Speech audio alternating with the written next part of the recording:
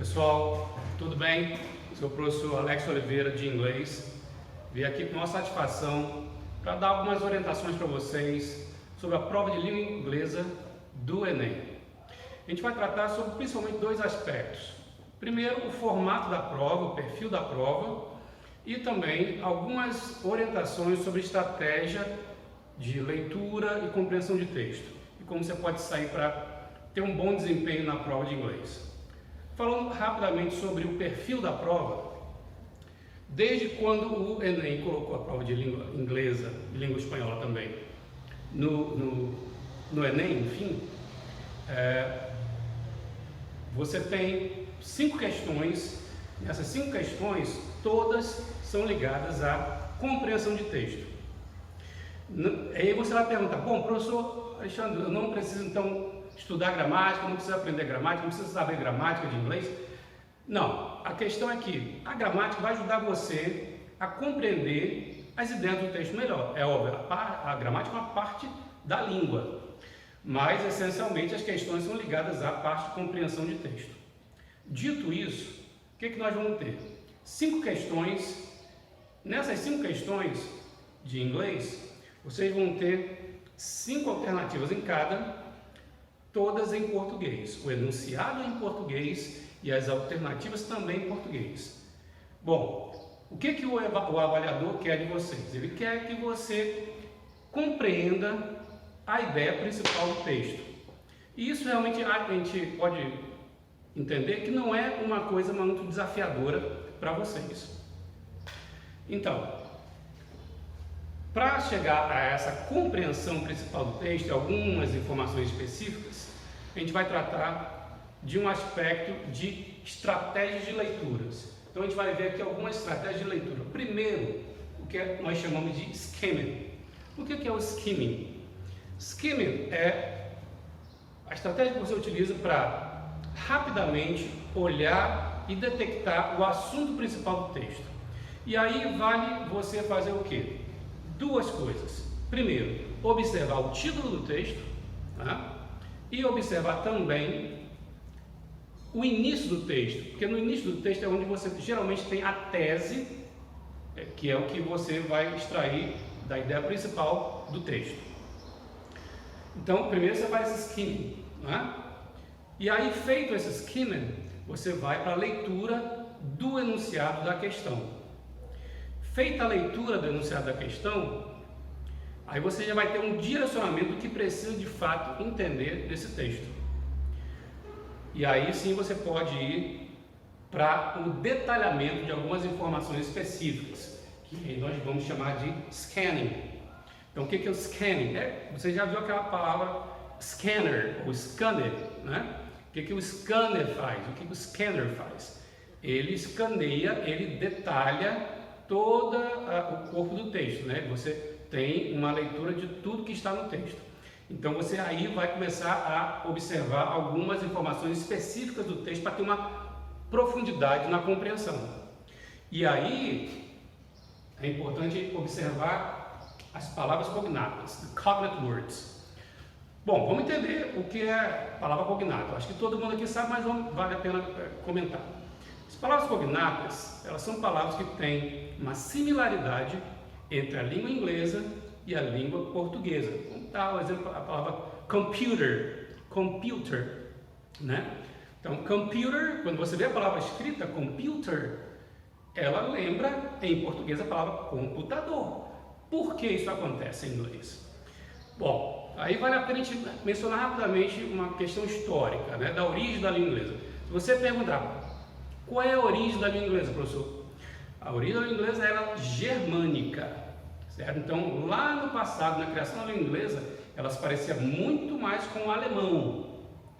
Com o passar dos anos e questões históricas, as invasões do Império Romano, aquela região ali do norte da Europa, você vai ter uma influência muito decisiva no cotidiano do latim. Então, o latim começou a influenciar a língua inglesa, ao ponto de hoje em dia nós termos algo em torno de 60% do vocabulário da língua inglesa ligados ou oriundos ao latim. Então, por isso a quantidade grande de palavras cognatas que nós temos na língua inglesa contemporânea. Bom, e aí você vai observar que em boa parte dos textos em inglês vamos ter palavras cognatas que você, ao observar, ao ler o texto, você faz uma identificação muito fácil do significado dessas palavras, certo? Então, observar as palavras cognatas já vai lhe dar uma grande... observando essas palavras cognatas, você vai poder ter uma compreensão melhor do vocabulário do texto. Bom, depois da observação das palavras cognatas, vamos ter também palavras repetidas. Olha bem, uma palavra, quando ela se repete no texto, ela não se repete deliberadamente porque o autor do texto quis colocar aquelas palavras tantas vezes. Ela se repete porque ela tem uma relevância para o conteúdo do texto. Então observem que as palavras repetidas também nesse texto. Se ela está se repetindo, é porque ela tem uma importância para o conteúdo e a compreensão do texto. Então, recapitulando, nós temos o que? Skimming, que é a leitura rápida para entender e compreender o assunto principal do texto. Nós temos scanning, que é a compreensão de elementos detalhados e específicos do conteúdo do texto. Temos as palavras cognatas, que são essas palavras que têm uma similaridade com a língua portuguesa, entre a língua portuguesa e a língua inglesa. Palavras repetidas são essas palavras que vão aparecer mais de uma vez no texto, então tem relevância para o sentido e as ideias do texto. E nós temos também o que é chamado noun groups, grupos nominais. Olha, você que começou a entender, estudar inglês, observa que muitas vezes você vai ter uma certa inversão da ordem das palavras quando você lê no texto em inglês e você vai compreender em português. A grosso modo, a gente pode dizer que em alguns momentos parece que você está lendo de trás para frente, né? Isso é chamado de grupo nominal. O que é o grupo nominal?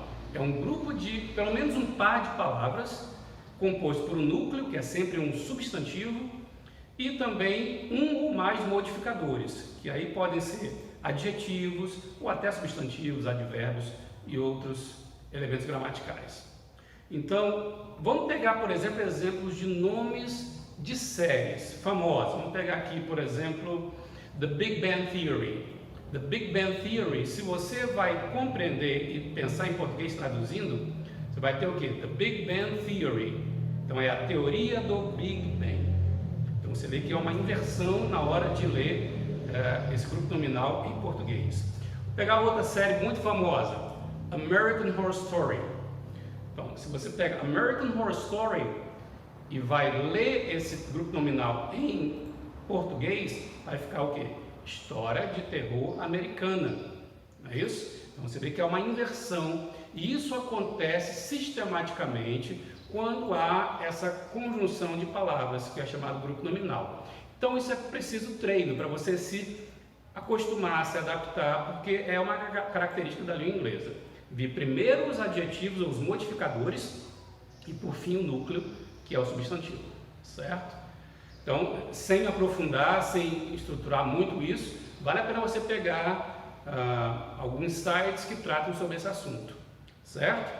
Bom, então, voltando aqui, a prova de inglês tem 5 questões, dessas 5 questões todas são de compreensão de texto, mas vale a pena lembrar uma coisa importante. Não são apenas textos acadêmicos, artigos ou notícias, há uma grande variedade de gêneros textuais, variedades de formatos textuais, né, na prova de língua inglesa do Enem. Há, muito comumente, notícias, artigos, tirinhas, letra de música. A gente já teve música de compositores como Bob Dylan, Coldplay, citações de Jimi Hendrix e vários outros.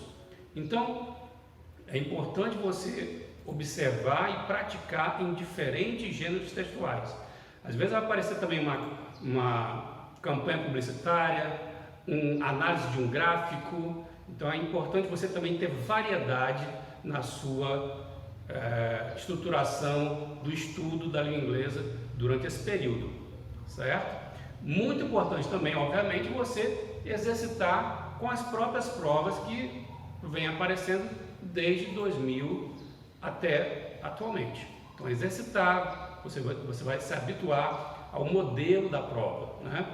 Importante lembrar que são 5 questões e dessas 5 questões, a média de acertos dos candidatos no Brasil todo é de 45% na prova de inglês. Então, se você acerta 3 questões, mais ou menos 2, 3 questões, você está meio na média. Mas se você acerta 4 ou fecha a prova, que é o nosso desejo, você já vai ter aí algo muito além da média habitual. Tudo bem, pessoal? Bom, então, satisfação estar aqui com vocês, compartilhando um pouco do esclarecimento sobre essas orientações de como você se sai bem na prova de língua inglesa do Enem. Forte abraço e até mais!